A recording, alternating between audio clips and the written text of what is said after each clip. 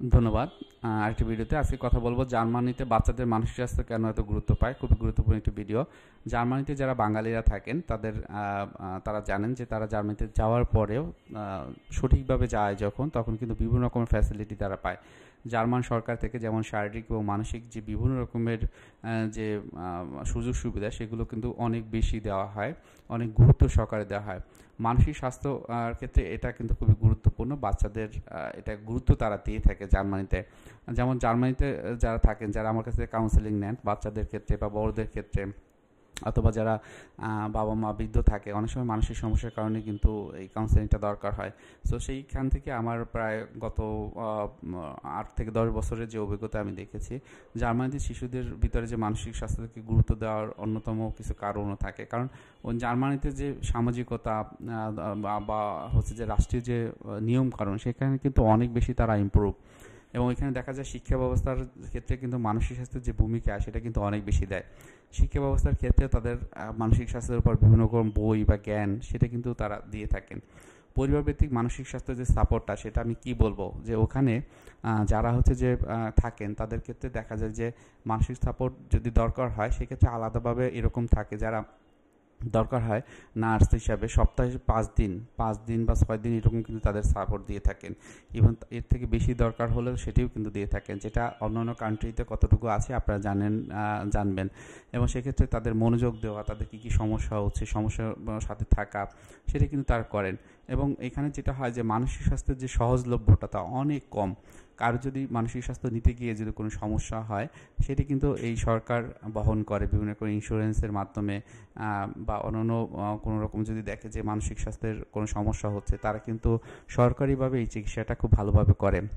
এবং যেটি হয় যে প্রযুক্তির ইতিবাচক যে ব্যবহারটি, সেটিও কিন্তু জার্মানিতে অনেক ভালোভাবে করা হয়। এখন শিশুদের মানসিক স্বাস্থ্য ভালো রাখার উপায় তো আপনাদের জানতে হবে। আপনারা মনে রাখবেন যে আপনারা বাইরে চলে গিয়েছেন, আপনারা বাংলা ভাষাভাষী, আপনাদের নারীর যে টান সেটি বাংলা, কিন্তু আপনাদের ছেলেদেরকে যেন এমন না হয় রোবোটিক একটা জায়গাতে তাকে ছেড়ে না দেওয়া হয়। তো পরিবারের সঙ্গে মানসম্মত যে সময় সেটি আপনারা অবশ্যই আপনার পরিবারের সাথে যেমন কাটাবেন, বাচ্চাদের সাথেও কাটাবেন। শিশুদের আবেগ প্রকাশ করার যে উৎসাহ সেটি অবশ্যই দিবেন, সেটা যে ভাষায় হোক না কেন। সবসময় চিন্তার জায়গাটাতে লজিক খাটিয়ে এটা চিন্তা না করে বরং আবেগকে বোঝার চেষ্টা করা, তাকে উৎসাহিত করা। শিশুদের সৃজনশীল যে কাজগুলো, ক্রিয়েটিভ অ্যাক্টিভিটির সাথে যতটুকু পারেন আপনারা সংযুক্ত করেন। এটি হয়তোবা শুধুমাত্র তার বর্তমান সময়ের সৃজনশীলতা না, ভবিষ্যতে সে যত বড় হতে থাকবে তত কিন্তু এটি তাদের বৃদ্ধি পেতে থাকবে।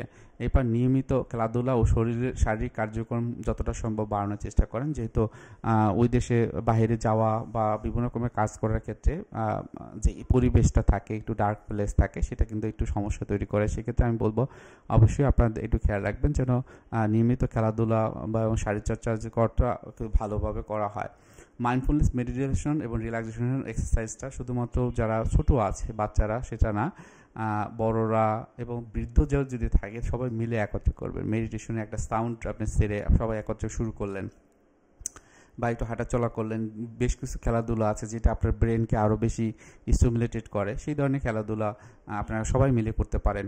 এবং প্রয়োজনে যদি দরকার হয় অবশ্যই পেশাদার যে কাউন্সেলিং সেটা আপনারা নেবেন। জার্মানিতে যারা থাকেন আমি দেখেছি বিভিন্ন রকমের সাইকোলজিক্যাল বিষয়ের ভিতর দিয়ে যেতে হয়, তাদের ভিতরে বিভিন্ন রকমের মেরিটাল কনফ্লিক্ট হয়, তাদের ভিতরে কাপলদের ভিতরে বিভিন্ন রকমের সমস্যা হয়, তাদের সাথে দেখা যায় যে মা বাবার সাথে বাচ্চাদের ক্ষেত্রে বিভিন্ন রকমের সমস্যা হয়।